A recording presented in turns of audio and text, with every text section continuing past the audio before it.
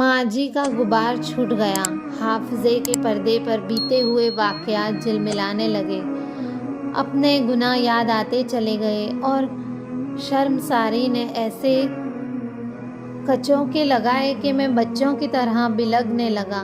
بعض لوگ سنتیں ادا کر رہے تھے، مجھے ان سے بڑی خجالت محسوس ہوئی۔ میں نے بے تکلف کوشش کی کہ اپنے گریہ پر قابو پا لوں۔ میری آواز مدھم ہو گئی، اب میں آہیں بھر رہا تھا، میرے حلق سے سسکیاں نکل رہی تھیں۔ اچانک ایک ننھا سا ہاتھ میرا چہرہ صاف کرنے لگا، اس نے میری آنکھوں سے آنسو پوچھ ڈالے۔ یہ میرا بیٹا سالم تھا۔ میں نے اسے سینے سے لگایا، اس کی طرف محبت بھری نظروں سے دیکھا اور اپنے دل میں کہا، سالم تم اندھے نہیں، اندھا تو میں ہوں۔ پھر ہم واپس گھر کی طرف روانہ ہوئے۔ اہلیہ سالم کی وجہ سے غمگین بیٹھی تھی۔ اسے معلوم نہ تھا کہ آج سالم کو جمعہ پڑھنے کے لیے میں ساتھ لے گیا تھا۔ جب اسے پتہ چلا کہ ہم دونوں باپ بیٹا اکٹھا مسجد گئے تھے تو اس کا قلب فوراً مسرت میں بدل گیا۔ اس کے بعد میری زندگی میں ایسا انقلاب برپا ہوا کہ اس دن سے میری کوئی نماز قضا نہیں ہوئی۔ میں نے بری سوسائٹی ترک کر دی۔ اب میں نے مسجد کے نمازیوں میں سب سے اچھے اور متقی انسانوں کو اپنا دوست بنا لیا۔ میں نے ایمان کی حلاوت چکھی۔ ان نیک نہاد دوستوں سے دین کے حوالے سے بہت سی اہم باتیں سیکھی۔ پھر تو یہ حالت ہو گئی کہ کہیں حلقہ درس اور کہیں کوئی بھی دینی پروگرام کہیں بھی ہوتا، میں اس سے کبھی غیر حاضر رہتا ہی نہیں تھا۔ قرآن کریم کی تلاوت میرا معمول بن گیا۔ مہینے میں کم سے کم ایک بار قرآن کریم ضرور ختم کرتا۔ میری زبان پر اللہ تعالیٰ کی حمد و ثنا جاری رہتی۔ اپنا ماضی یاد آتا تو زیادہ کثرت اور توجہ سے ذکر اذکار کرتا کہ شاید اللہ تعالیٰ میرے بقیہ گناہ معاف فرما دے۔ میں نے لوگوں کے ساتھ کتنا دل آزار سلوک کیا، ان کی نقلیں اتاری تھی، ان کا مذاق اڑایا تھا، ان پر آوازیں کسی تھی، ان کے دل کے شیشے توڑے تھے۔ میں کس تاریک وادی میں بھٹکتا پھرتا تھا۔ اب میں اپنے گھر والوں سے بہت قریب ہو گیا۔ میری اہلیہ کے چہرے پر رونق آ گئی۔ کہاں اس کا اداس چہرہ جب وہ میرے بارے میں مغموم اور متفرق رہتی تھی، اور کہاں اب اس کا مسکراہٹوں کے شیشم و شبنم بکھیرتا ہوا چہرہ۔ اور پھر میرا سالم، اس کی تو خوشیوں کا کوئی ٹھکانہ ہی نہیں تھا۔ گھر میں بہار آ گئی۔ میرا زیادہ وقت سالم کے ساتھ گزرتا اور میں اللہ تعالیٰ کے انعامات پر شکر ادا کرتا تھا۔ ایک دن کچھ ساتھیوں نے کہا کہ ہم اللہ کے دین کی دعوت کے لیے دور کسی ملک میں جانا چاہتے ہیں، تم بھی ہمارے ساتھ چلو۔ میں دعوت و تبلیغ جیسے عظیم الشان فریضے سے بے خبر تھا۔ زمین پر بوجھ بنا بیٹھا تھا۔ کبھی بھولے سے بھی خیال نہیں آیا تھا کہ دعوت و تبلیغ کے لیے نقل و حرکت کرنی چاہیے۔ ذرا متردد ہوا کہ مگر ان کا اصرار بڑھا۔ میں نے استخارہ کیا اور اہلیہ سے مشورہ کیا۔ وہ تو مدتوں سے متمنی تھی کہ میں دین قیوم کا داعی بن جاؤں۔ میرا خیال تھا کہ وہ میری روانگی پر راضی نہیں ہوگی، مگر معاملہ برعکس نکلا۔ میں اس کے ایمان افروز رد عمل پر بڑا خوش ہوا۔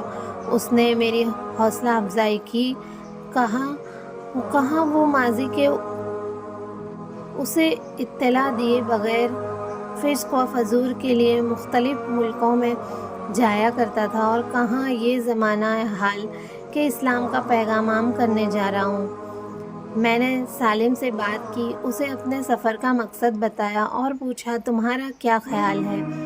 اس نے اپنے چھوٹے چھوٹے بازو میرے گلے میں ڈال دیے اور کہا، ابو، دعوت و تبلیغ تو ہر مسلمان کی ذمہ داری ہے، آپ دعوت اللہ کے لیے ضرور جائیں۔ بالآخر میں تبلیغی دورے پر روانہ ہو گیا۔ گھر سے نکلے 3 مہینے سے اوپر ہو چکے تھے۔ اس دوران گھر والوں سے کئی دفعہ فون پر بات چیت کی، مگر نہ جانے کیوں سالم سے کوئی بات نہ ہو سکی۔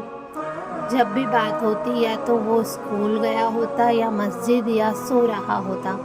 میری تمنا تھی کہ اس کی آواز سنوں۔ باقی بچوں سے بات ہو گئی، مگر سالم کی صدا سننے کے لیے میں ترس گیا۔ جب بھی اہلیہ کو فون کرتا، وہ مجھے سالم کی باتیں سناتی۔ گھر میں خوشیوں کا جھمکتا تھا۔ پھر ایک دن ہم نے واپس آنے کا ارادہ کیا۔ میں نے اہلیہ کو فون کیا کہ میں واپس آ رہا ہوں۔ بچوں کا کیا حال ہے؟ سالم کیسا ہے؟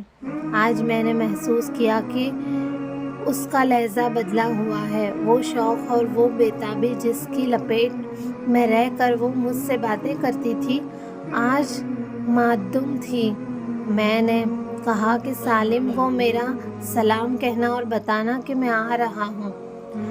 اہلیہ نے کہا انشاءاللہ، اور پھر خاموش ہو گئی اور فون بند ہو گیا۔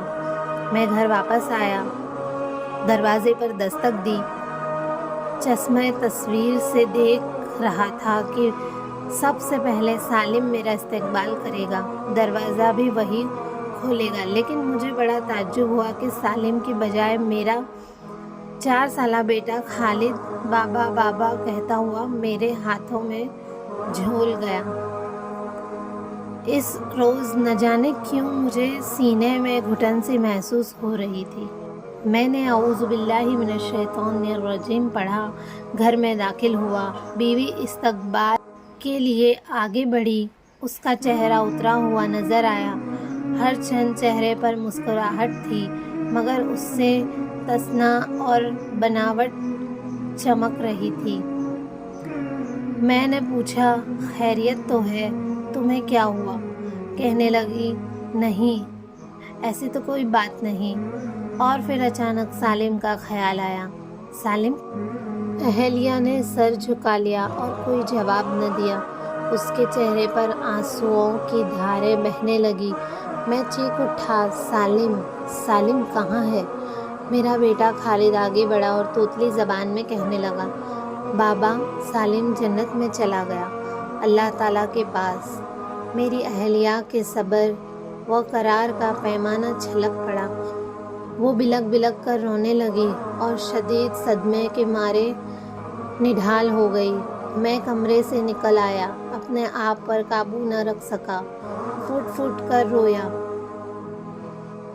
نہیں جہان محبت میں اشک بھی بیکار، یہ کام آتے ہیں دل کی لگی بجھانے میں۔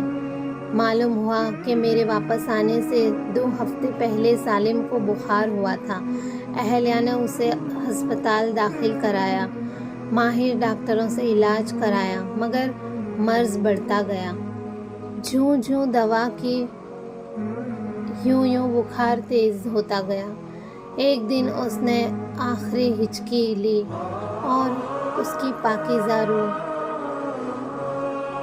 قفس عنصری سے پرواز کر گئی۔ یہ پھول اپنی لطافت کی داد پا نہ سکا، کھلا ضرور مگر کھل کے مسکرا نہ سکا۔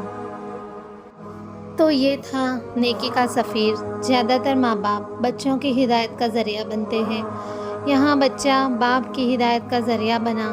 اس کہانی میں ہمارے لیے بہت سے عمل کے پوائنٹ ہیں۔ ایک تو جوانی کو فضول لغویات میں برباد نہیں کرنا چاہیے۔ اللہ پاک تو جوانی کی ہی عبادت پسند کرتے ہیں، اور اگر ہم کسی کی کوئی بھی چیز کا مذاق اڑاتے ہیں وہ پلٹ کر ہم تک ضرور آتی ہے۔ اگر ہم کسی کے بولنے کا، کسی کے چلنے کا، کسی کی کوئی بھی چیز کا مذاق اڑاتے ہیں تو ایک نہ ایک دن ہمارے ساتھ بھی یہ سب ہونا ہے۔ جیسا کریں گے ویسا واپس لوٹ کر آئے گا۔ جس طرح اس کہانی میں اس جوڑے کی آزمائش لی گئی، کسی کی بھی ہو سکتی ہے ایسی آزمائش۔ انسان کیسا بھی ہو، گورا کالا، آنکھیں جیسی بھی ہے، یہ سب کس نے بنایا؟ اللہ نے، رائٹ؟ ایسا کبھی نہ سوچیں کہ آج آپ کا وقت برا چل رہا ہے تو اچھا وقت نہیں آئے گا، اور کوئی بھی انسان کتنا ہی بگڑا ہو اور کیوں نہ ہو، جیسے کہ اس کہانی میں تھا، اللہ جب جسے چاہتا ہے ہدایت دیتا ہے